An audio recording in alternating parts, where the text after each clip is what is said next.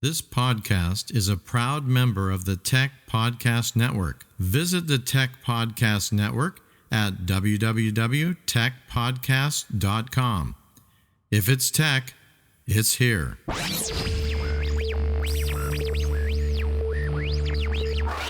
Welcome to Calcast, your Create International podcast.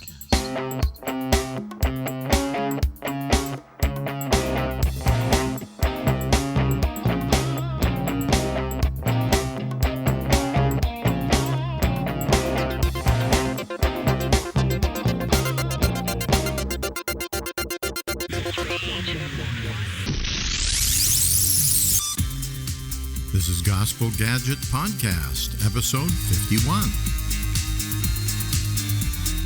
Welcome, listeners, to Gospel Gadget Podcast. We want to show you what God is doing in terms of using technology to spread the gospel message all over the world and especially cross-culturally towards unreached peoples.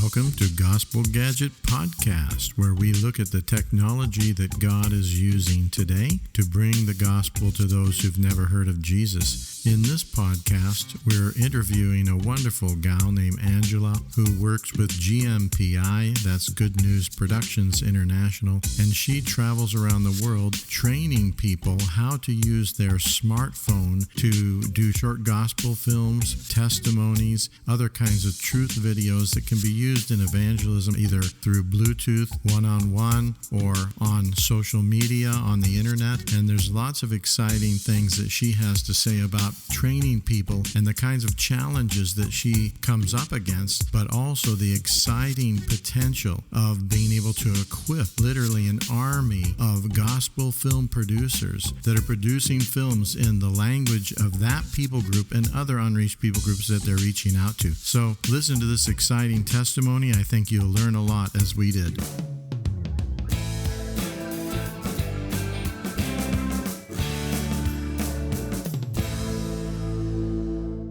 So with that manual, were you the one who produced it solely? No, the original manual was done by GGPEpi. I made an Android version. I redid the slideshows and created a new kit for Android. Like built into theirs, they have Filmic Pro and Pinnacle. So I did a whole nother PowerPoint and handout for the Android CSV5. And there's also I think KineMaster and SV5, they have a bunch of tutorial videos, but again, most of them are in English. So some of the key videos I sent ahead if I had months out and tried to get the translator to also put subtitles. They can pull that video right into their editing software and put the subtitles on there. So as they're watching, especially in level 2, because a lot of the exercises are based on like this one narrative film that they're watching, 2 different ones. The walkthrough for storytelling and for the breakdown and everything is based on these 2 different films. It can obviously be adapted if you want to use your own films, because I think the first one is super cheesy, to be honest, but I don't know who did it, so I'm not going to knock it. I just haven't replaced it yet. I have a couple things in my own head that I want to build in for next year, but until then, I've been using this specific curriculum to work off of. I built my own composition, photography rules, and video rules because it's, like I said, it's archaic, and sometimes I don't even think the visuals in the manual show what they're actually trying to say. So I've built my own. Because there's a lot of stuff actually out there. Like Calvin one time his back hurting, goes, I'm just going to watch YouTube smartphone videos all day long. So MobeMin, there's Mobile Media Coach. We saw like 50 some video tutorials on the web. So we're thinking, wow, wouldn't it be great if we had like a community of smartphone film trainers? We don't reinvent, like especially among believers. Yeah. What we could do is collate the good stuff, and then we're trying as create to find out what's missing. If people have already done the work, then why do we have to reinvent it? But what is there possibly missing that we could help? We've been doing this 30 years cross culturally and things. So that's kind of one of our goals is to interview you as an expert. And we have Dan Hendricks and we have the mobile media, but we're trying to find out maybe what's missing that in your experience as a trainer, you go, if somebody could develop this training or this video, that would be helpful. I see it missing in my training. Have you found anything out that you think still needs to be developed? First of all, let me say I by no means call myself an expert. I am very grateful for going to college and learning everything that I could about video from college. So then I'm able to simplify it down, these trainings. I don't know necessarily, like it really depends on what curriculum you're using, and I'm not familiar with how you're specifically using it, whether you're missing something or not. That's why I'm just kind of sharing what I use. I think like a lot of times what the head of GGPEpi tries to say is it's better to get a video out there that is really bad. It doesn't have to be like some super overly produced film if you get the message across. Because a lot of people, I'll show them 2 photos side by side or 2, and I'll say, which one is the better one? And they'll pick the worst one. And so like if they are not trained in their own eyes, sometimes they can't even tell the difference. So my goal is to give them as many tools as possible. And then level 2, I focus more on the professionalism and the perfectionism. I do try to, like I said, I have a composition thing that I go through, like the 9 rules of photography is what I focus on first, because you can apply that to video. Fill the frame, not too much headroom, rule of thirds, leading lines, all these production things. But sometimes that overwhelms. If you just stick to the basics when you're teaching new people, not worry too much about how professional it looks first time around. If they can get the technique, excellent. After they have that under their belt, then they can start worrying about, did they get the depth of field right? Did they, that kind of stuff, that's what I've had to let go as I've gone through these trainings, because I came from a highly professional, environment of producers from LA and New York, and I had a lot of opportunities to work on feature films. And so that's where my brain's at. And I have to the message is the most important thing. No, it's really good. You've got tremendous experience, and I think that's what we're gleaning from you is this experience, because I think, like you say, a lot of it are principles that we're already practicing or maybe teaching in different areas, but maybe not the smartphone, particularly that device.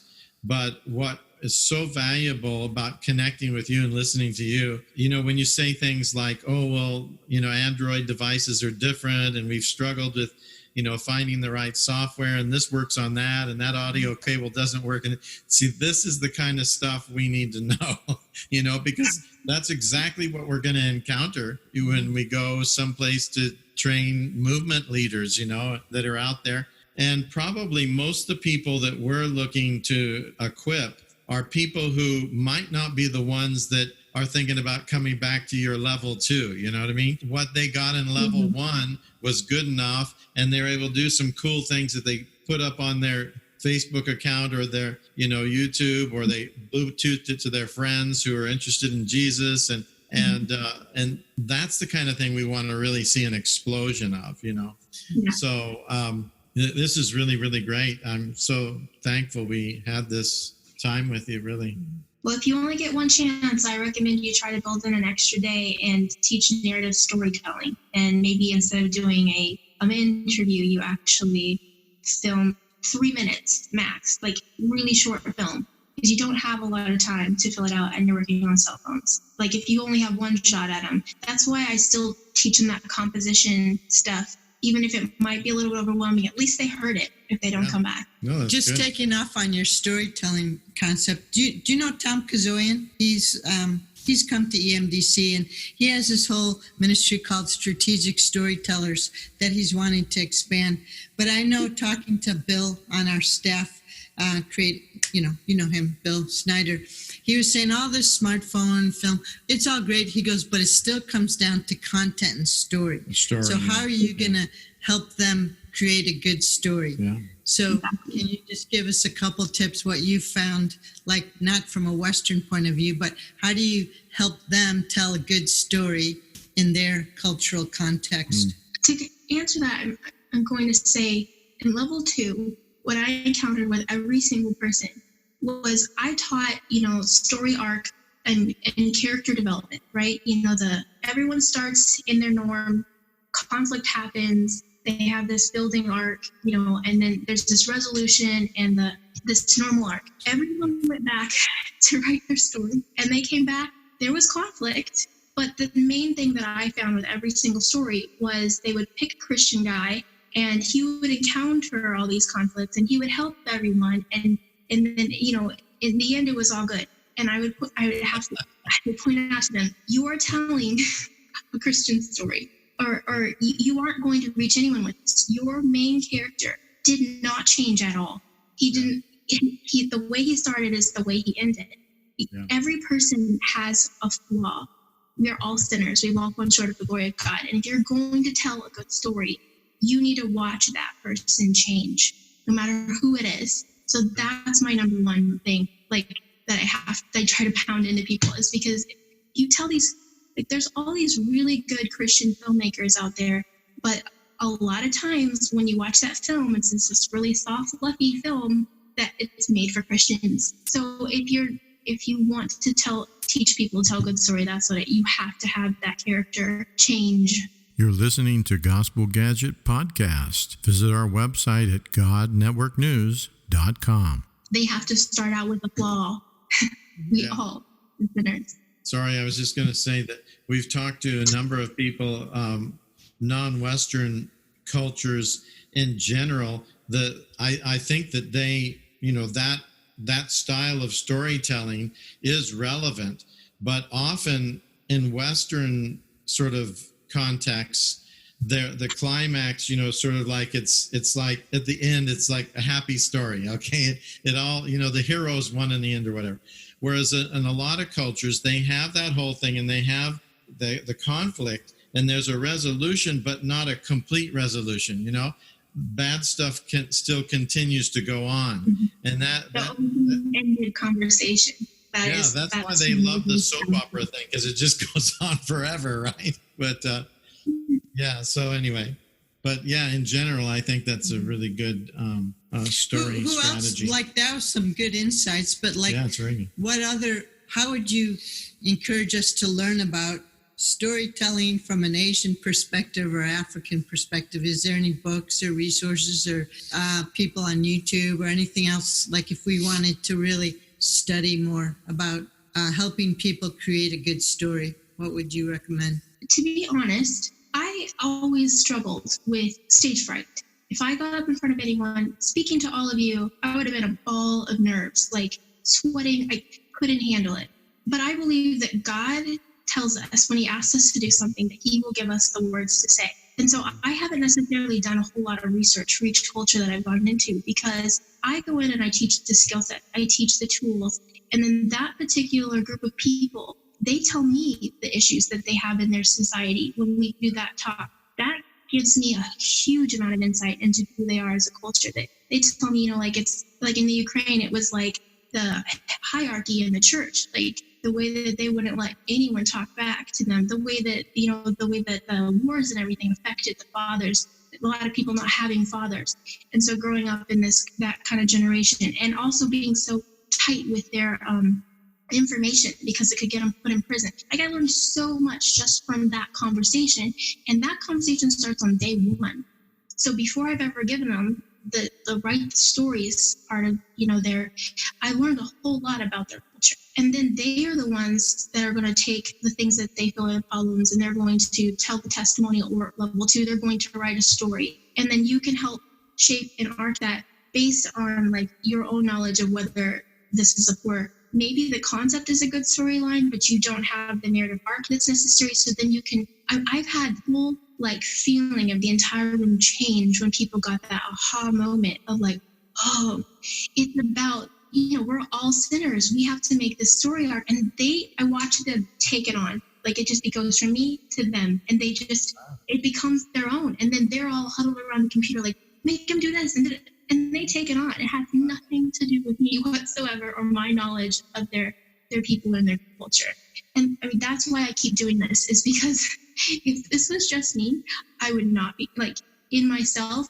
God clearly led me to this, because otherwise I would be I don't know how I'm not a nervous wreck anymore. It went away as soon as I started doing this. God is using you as a catalyst. Yeah. He's using you as a catalyst. You're in there, and he uses you and what you're saying to spark revelation to these folks. And then they take it, like you said, they take ownership, and then they go, oh, now.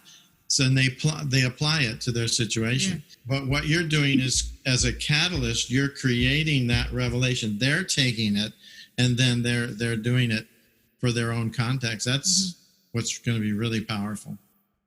It's exactly what I teach them. You cannot assume that you know what's wrong with that culture or what you need to fix about that culture, quote unquote, whatever. I have to go in there almost with no knowledge and let God tell them what's they need to work on and what they need to fix. And then that way I'm discipling them to disciple others through their media. And that is the goal. Because God didn't call me to be an evangelist, but he gave me the skill set. And so I want to be able to use it to create disciples. And I might not necessarily be the one to get to follow up with them in the future, but if I can help someone else teach it to someone else, then I feel like I've done what God's asked me to do. Yeah, that's wonderful. I didn't pick up anything about you being nervous. I thought you were so confident and so together. I'm surprised to hear that you keeps you humble, huh? But that's great. I mean, it's just the Lord, his anointing on you, and his grace. It's wonderful. You're a very good communicator. Very good. Okay, well, Angela, thanks again for making time for us. Calvin, Carol, did you have any I've sort of gone around my group now, and I think we've sort of covered everything that we wanted to cover. But did you have any last parting questions or things you wanted to talk about, or you're muted? You're good from your end now, you guys? Yeah, for the most part. A lot of the questions that we had were answered from your questions as well. No worries. Well, so what's the future for you? You're working on projects now with GGPEpi here in Thailand, but are you continuing on with Nomads? Are you planning any training here in Thailand that some of us could go through, or what's any plans for this continuing on with this Nomad training smartphone? I have ones that got pushed that I'm hoping to get those rescheduled. But other than that, I'm waiting until I get back from the States. I have a bunch of obligations with my mission organization, videos, website, all these things I've been working on. We have 100 years of missions celebrating at this ICOM convention in November. Wow. When I get back from that, my goal is to be way more nomad oriented. I have a Burma trip, a secondary Ukraine trip for sometime next June, July, May. I'm hoping, you said something about EMDC maybe in Amsterdam. I don't know. My goal is to be way more. I have missionaries who ask me if I'll do a training for missionaries. And I have, just so the scope of it, I have no qualms about teaching it. I just have obligations. And so I have to set my boundaries until then. But after that, that's my heart. I would love to be doing more of these trainings and training other people to do them so that it's not just yourself. That's kind of our heart, is to formulate these and then train others so that they can, because that's the cry of these movement leaders. They're saying, well, all these people want to come and learn these principles, but we need media to accelerate it and to train others and to pass on these principles we're learning even in DMM and things like that. So there's multiple things that we're seeing that before it was movement people and media people and they didn't come together, but now we're seeing how there's a convergence in there. DMM people are saying we need media skills, and so media people are saying we need to understand movement dynamics. So that's kind of the unique kind of niche that Create is going to be taking in this, but we want to learn all the principles. Keep in mind, technology doubles every year or so. Yes. So I've thought about filming myself doing it, but in a year or two, what I say could be totally obsolete, and it also doesn't take in mind cultural context and that kind of connectivity. So I haven't done that yet. I don't think it's valuable yet. There's so much other stuff out there that if you're going to do a training, it needs to be live.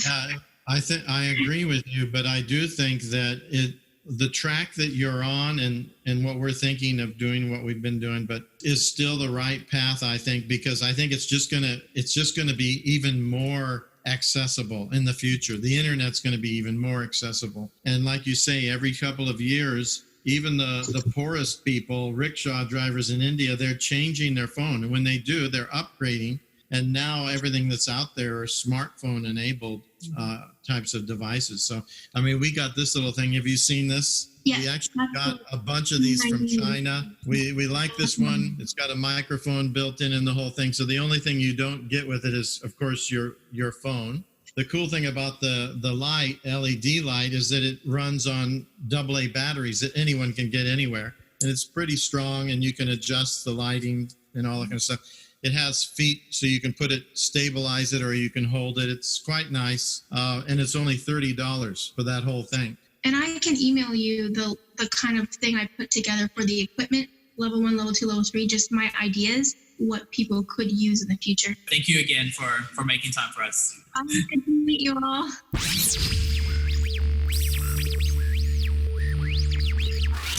If you enjoyed this episode, please consider donating to help us continue to bring exciting stories fresh from the field. Visit our website at godnetworknews.com and select the PayPal link on the right side of the page, or consider becoming a Patreon partner to receive access to more valuable materials exclusive to our members.